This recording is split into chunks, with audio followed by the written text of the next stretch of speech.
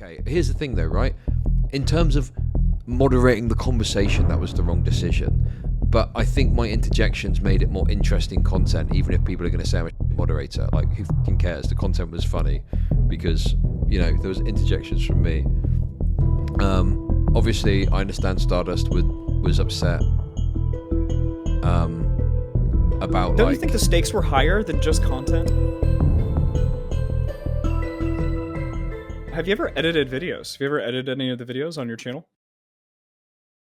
No, not all I've done is taken the clip from Twitch and put it onto YouTube. Originally, okay, here's a little interesting factoid about me. When I first started doing this, I thought I was going to be like a video essayist or something like that. But the reality is, I can't really focus on writing. I'm not a writer. I tried to look at editing programs and I could have learnt it, but I wasn't interested in doing it. But for some reason with streaming, I think because of my personality and it really, you know, it worked for me. Even though there's obviously learning that you need to do when you stream, like I was happy to do that and willing to do that. Whereas when I was editing, it didn't feel right. It didn't feel right in myself, you know. But streaming just came to me like a duck to water, basically. Well, I say that's not true. It was a bit cringe for a while, and some of my old videos I look back on and think, oh God, I had some takes I probably don't even agree with now. But, you know, I don't know. We all grow up. What's like your and DK's relationship? You guys have a good working relationship?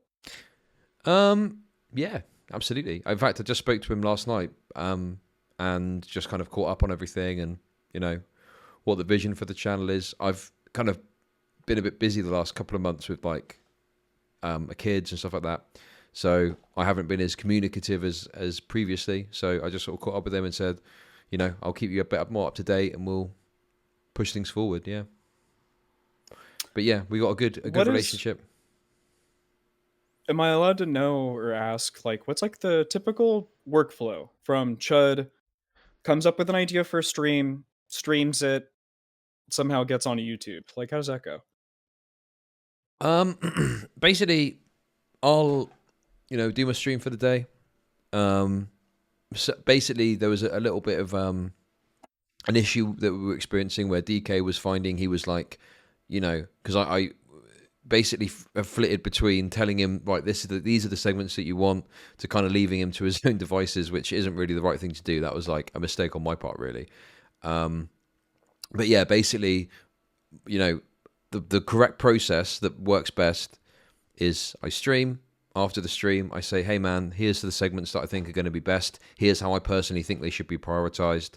And then he'll, you know, either agree or he might say, actually, I think this is probably going to land better on YouTube, so let's go with that first. You know, he'll like maybe make an assessment and go, well, hang on a sec, this segment has been seen by, you know, Mr. Girl's audience, Destiny's audience. This has been reacted to in this stream, so maybe it's best we go with this. And, you know, we'll just communicate, and then generally speaking, he'll have the final say on what segment specifically goes up. But yeah, obviously a lot of segments are like an hour plus long. So, but yeah, oftentimes if it's something that's really hot, it can be on it can be on YouTube. Sometimes within, you know, 12 hours, the segment's been done and then it's on YouTube. So yeah. Like, I've just kind of entered into this, you know, like agreement, you know, with an editor. And like for me, it was like really hard to give up some of that control.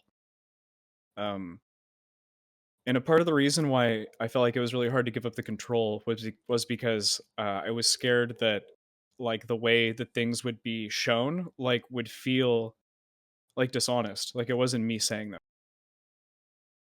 And like obviously I'm kind of getting over it now over time.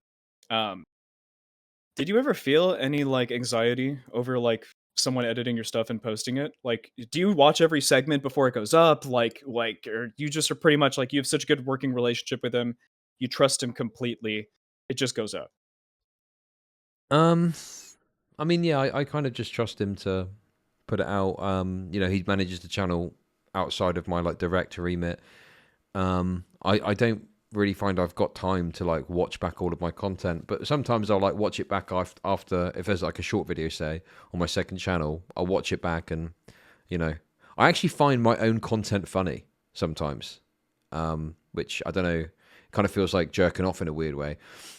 But yeah, I'll watch it back and I'll be like, okay, and I think, oh, that was well edited, or because obviously even down to like what edit, because he'll edit out certain pauses and stuff, and it just creates a really nice flow in the video that's quite dynamic, that I think's good. Even though it's just very simply removing pauses here, removing pauses there, knowing when to remove like a dono, or knowing maybe to keep my reaction to it in because it's funny or something like that. Yeah, something like that. When are you going to pay Max? Max the Confessor. I told Max that for whatever we make for the first 6 months, they can keep. Yeah. So. Okay.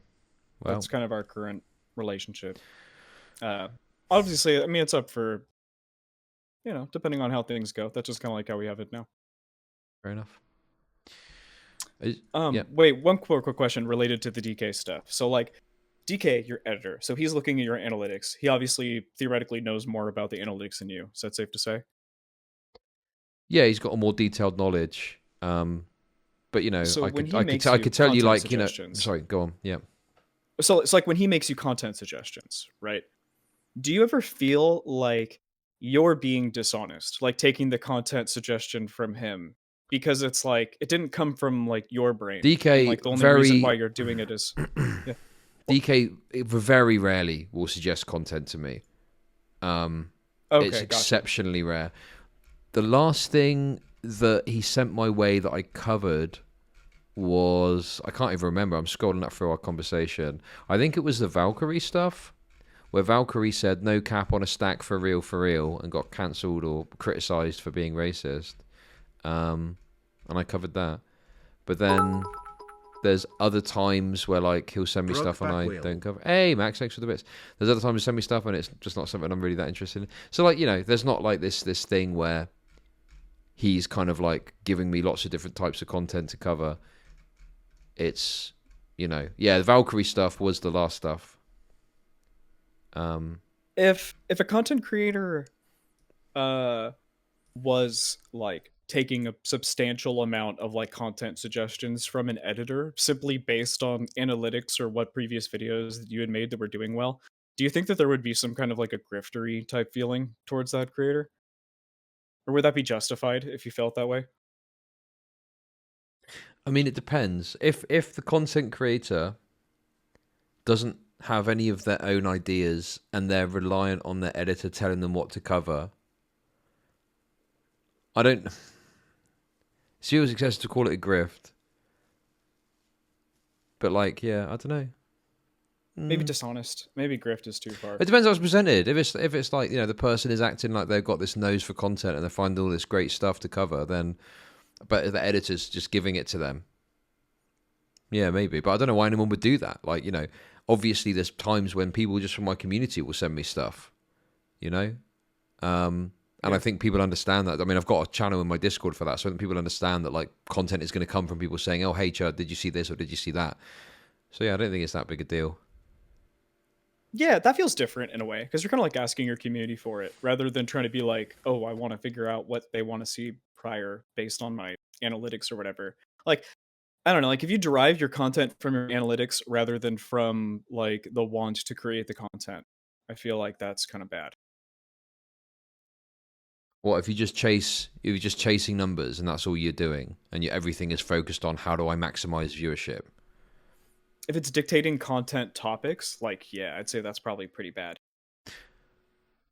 But to a degree, it has to if you want to grow, because you can't just, if you wanted to cover, the X election of random country, and you're like, this is the content I want to do, like you have to a degree put out what's going to be popular, or at least have an angle that gets into what's popular. I don't know if I don't know.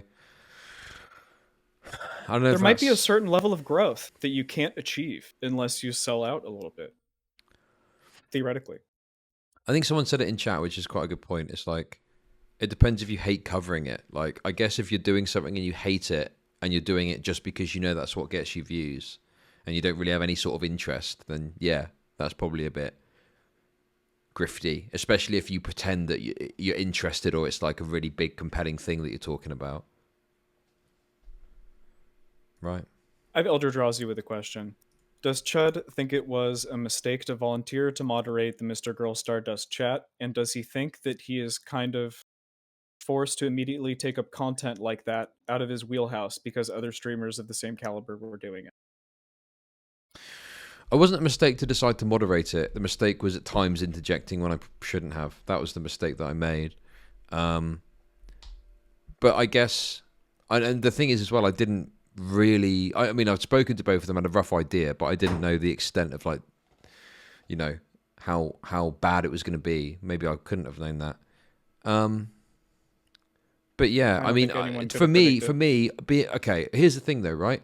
In terms of moderating the conversation, that was the wrong decision.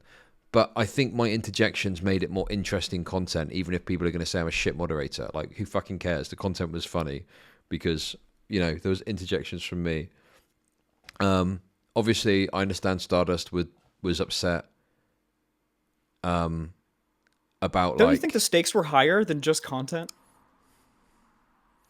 Sure. And that's why I said to, you know, I was quite open. I was like, you know,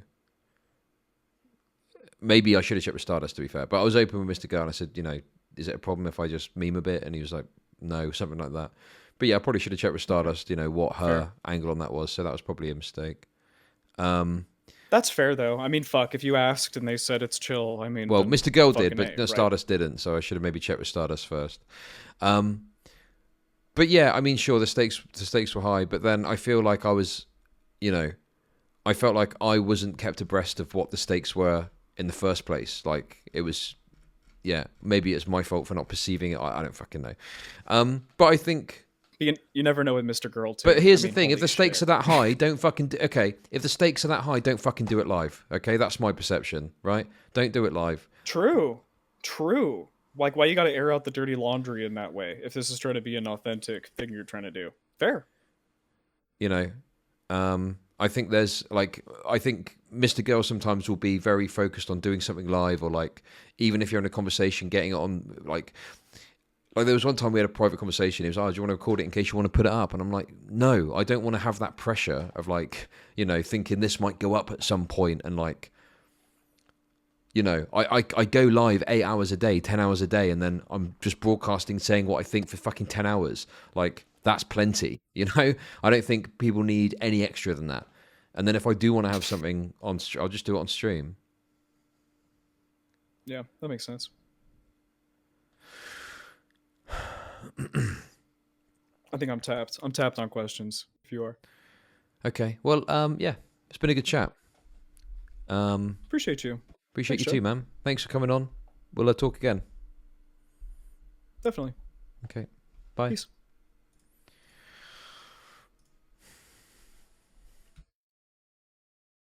What did you think of that chat? What did you think of that? What was your thoughts on that, gang? Will does not care about black people. Interesting perspective.